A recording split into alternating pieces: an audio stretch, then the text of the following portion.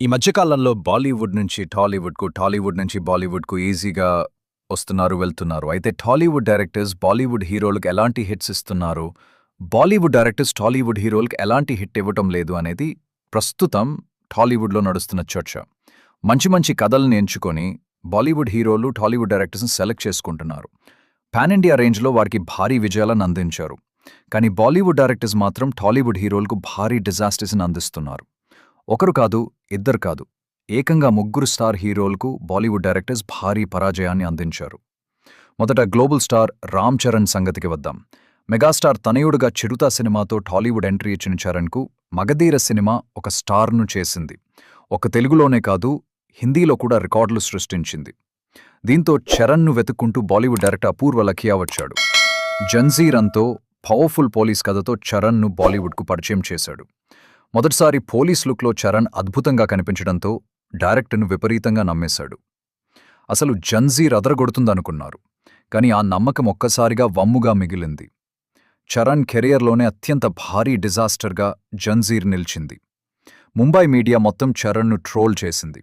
ఆ దెబ్బతో చరణ్ బాలీవుడ్ ముఖం చూడ్డమే మానేశాడు. చరణ్ తరువాత స్టార్ హీరోల్లో నెంబర్ 1 అయిన ప్రభాస్ ఆదిపురుష్తో బాలీవుడ్ ఎంట్రీ ఇచ్చాడు. బాహుబలి తరువాత పాన్ ఇండియా అనే పదానికి బ్రాండ్ అంబాసిడర్గా మారాడు ప్రభాస్. ఆ తర్వాత వరుస సినిమాలతో బిజీగా మారిన డార్లింగు బాలీవుడ్ నుంచి పిలుపొచ్చింది. అది కూడా రాముడిగా చేయడానికి అవకాశం వచ్చింది.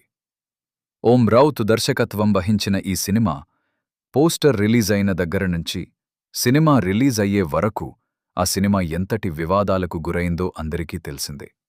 అసలు ప్రభాస్ రాముడిలా ఉన్నాడా అన్న దగ్గరనుంచి ఈయన రాముడేంటి అనేంత వరకు కూడా బాలీవుడ్ మీడియా ప్రభాస్ను ట్రోల్ చేసినంతగా ఇంకెవరు చేయలేదు. రిలీజ్ అయ్యాక కూడా వదిలిందా అంటే అది లేదు. రామాయణం కథ రాముడిగా బాగా చూపిస్తాడు అని ఓం రౌత్ను నమ్మడమే ప్రభాస్ చేసిన తప్ప. ఈ దెబ్బ తర్వాత ప్రభాస్ మళ్లీ బాలీవుడ్ వైపు కన్నెత్తి చూడలేదు. చరణ్ ప్రభాస్ తరువాత ఇప్పుడు బాలీవుడ్ ఎంట్రీ ఇచ్చాడు ఎన్టీఆర్. దేవర తర్వాత ఎన్టీఆర్ వార్ 2తో బాలీవుడ్ ఎంట్రీ ఇచ్చాడు. హృతిక్ రోషన్ ఎన్టీఆర్ మల్టీస్టారర్గా, అయాన్ ముఖర్జీ దర్శకత్వం వహించిన ఈ సినిమా ఎన్నో అంచనాల మధ్య ఆగస్టు 14న రిలీజ్ అయ్యి మిక్స్డ్ టాక్ను అందుకుంది. వార్ 2తో బాలీవుడ్లో ఎన్టీఆర్ కాలర్ ఎగరేస్తాడు అనుకున్నారు, కానీ అక్కడ అలా జరగలేదు. వార్ లాంటి సినిమా చూశాక ఎన్టీఆర్